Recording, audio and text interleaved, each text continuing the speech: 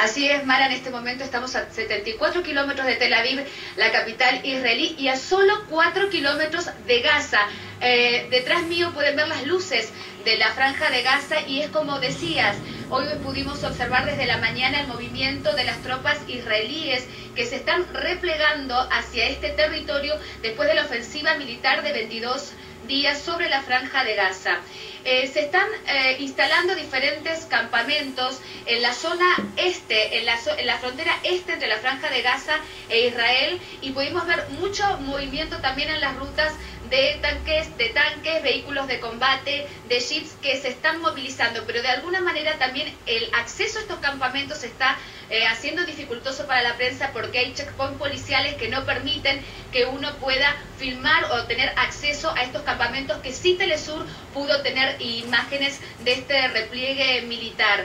Por un lado, en la zona oeste se está produciendo esto, y por el otro lado, en un punto estratégico como es el Paso de Erez, en el norte de la franja de Gaza, límite nuevamente entre la franja de Gaza e Israel, pudimos vivir nuevamente el cerco mediático israelí, pero desde allí no hemos podido observar ningún repliegue de tropas. Como sí le estamos comentando, son los campamentos que se están produciendo en la zona este.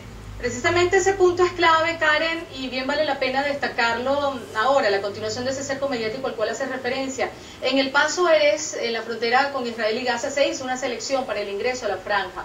Por cierto, ningún medio hispano parlante logró ingresar. Descríbenos cómo fue esa situación. Así es, durante toda la operación militar Plomo Fundido, uno de los temas fundamentales fue este cerco mediático israelí con una nueva estrategia militar para que los medios no tuviesen acceso a esta ofensiva militar, y después del cese de fuego unilateral por parte de Israel y este retiro de las tropas, este cerco mediático continúa. Como decía anteriormente, uno de los puntos claves es el Paso de Erez, donde centenares de medios internacionales intentan ingresar. Hay una disposición por parte de las fuerzas militares israelíes donde uno debe inscribirse para poder ser sorteado de alguna manera e ingresar a la franja de Gaza en lo que se denomina un pool, que es un grupo de periodistas donde pueden ingresar 2 camarógrafos, 2 fotógrafos y 2 periodistas. La metodología es la siguiente: está esta lotería, que hasta el momento solo han ingresado medios británicos y estadounidenses. Como tú has dicho, hasta el momento no tuvo acceso a la franja de Gaza para contar la historia de las víctimas palestinas, que estamos hablando de más de 1 millar de muertos y más de 5.000 heridos. No ha ingresado ningún medio hispanoparlante. Se han realizado las quejas pertinentes frente a diferentes asociaciones, pero lamentablemente todavía no se ha podido acceder. La metodología, como te decía, es inscribirse en una lista, sería elegido supuestamente por sorteo. El resto de los periodistas no saben quiénes van a ser sus 5 compañeros, y esto se produciría en forma instantánea. Es por eso que se está evaluando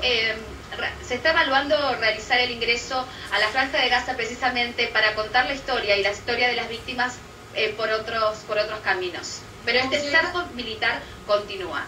Nos llega información, Karen, quisiera que nos las confirmara sobre las incursiones a baja altura sobre Gaza por parte de la aviación israelí. ¿Esto está ocurriendo? Además, háblanos de los destrozos provocados hasta el momento, desde donde tú puedes visualizar.